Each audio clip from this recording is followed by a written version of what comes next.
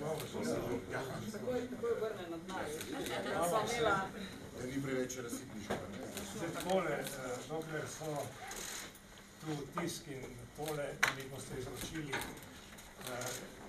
ker potem bojo oni šli malo bolj, pa vas počakaj, da vas bojo... Pridem prokal kar takole. Ne, takole.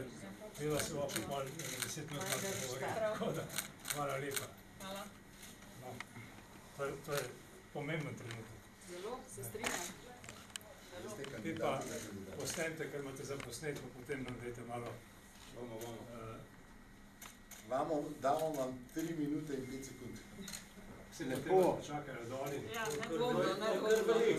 Da ste še imeli šanse veliko. Tokrat malo več. Kar je bolj bistveno, ker to zdaj glavno že opravili. Tako, to je bistveno. To pa res. 4. ste na vrsti. Za drugi že.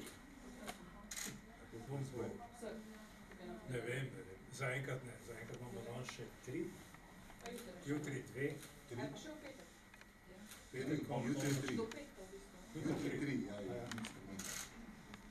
Tako da se bo zdaj dogajalo. Prvi znak, bil je off.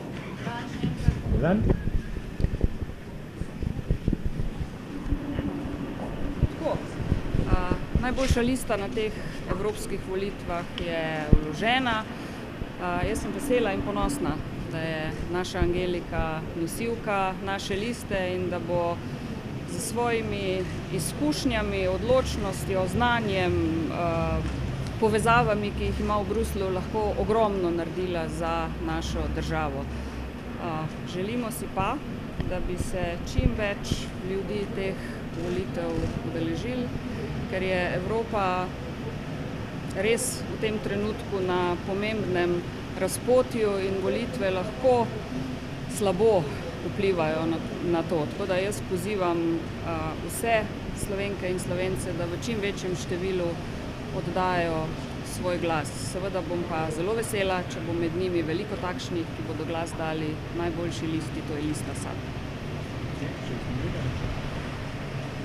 Jaz se samo pridružim temu, kar je rekla že Alenka Bratušek in lahko izrazim še enkrat svoj občutek, da sem zelo počaščena, da sem lahko nosilka te zelo dobre liste, da je to zelo velika odgovornost in da dajem svoje izkušnje in vse, kar mi je na voljo, v bistvu na voljo volivkam in volivcem tokrat v Sloveniji in bi bilo še v večjo čast, če bi lahko bila poslanka v Evropskem parlamentu tokrat za Republiko Slovenijo.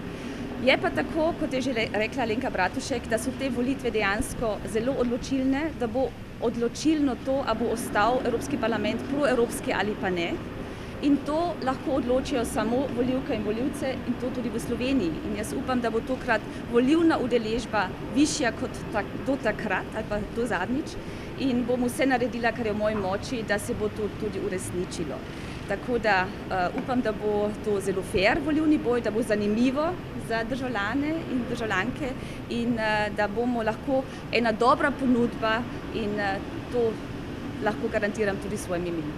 Gospa Mlinar, mogoče samo še to, ko ste se pojavili kot kandidat nosilka liste SAB, nekako kritiki pravijo, da v Sloveniji kandidirate samo zato, ker v Avstriji več nimate te možnosti, kaj odgovarjate? Jaz bi lahko vsak čas kandidirala v Avstriji, ker s tem, da sem evropska poslanka, lahko kandidiram na svoji listi, ne glede na to, a te nekdo podpre ali pa ne. Je pa tudi jasno, da če bi se odločila, da bi kandidirala za svojo stranko v Avstriji, da bi bila glavna kandidatka, samo sem se odločila, da tega ne bom storila.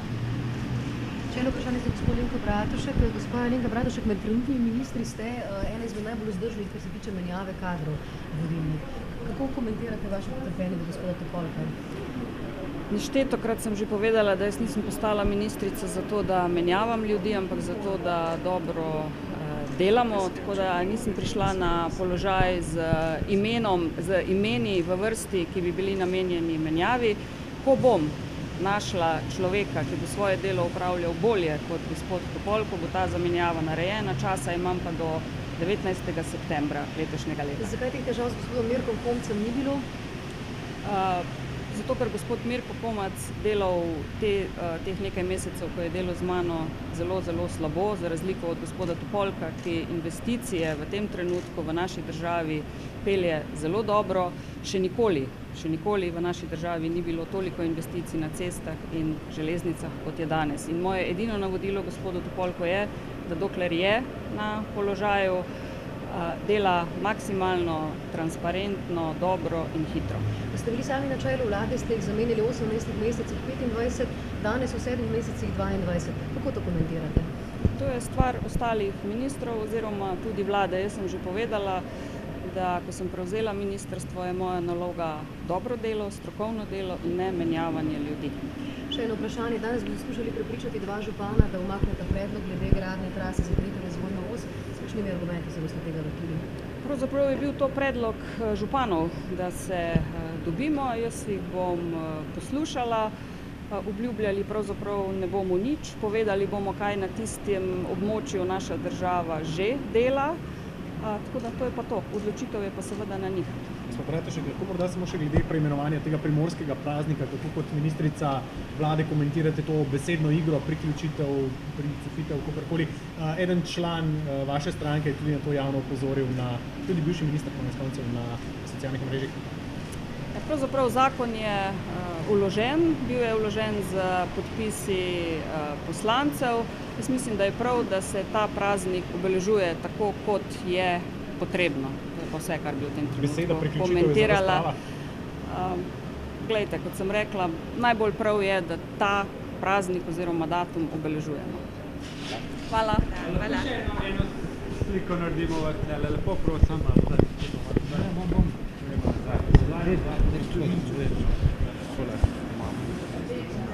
Vodi, daj malo.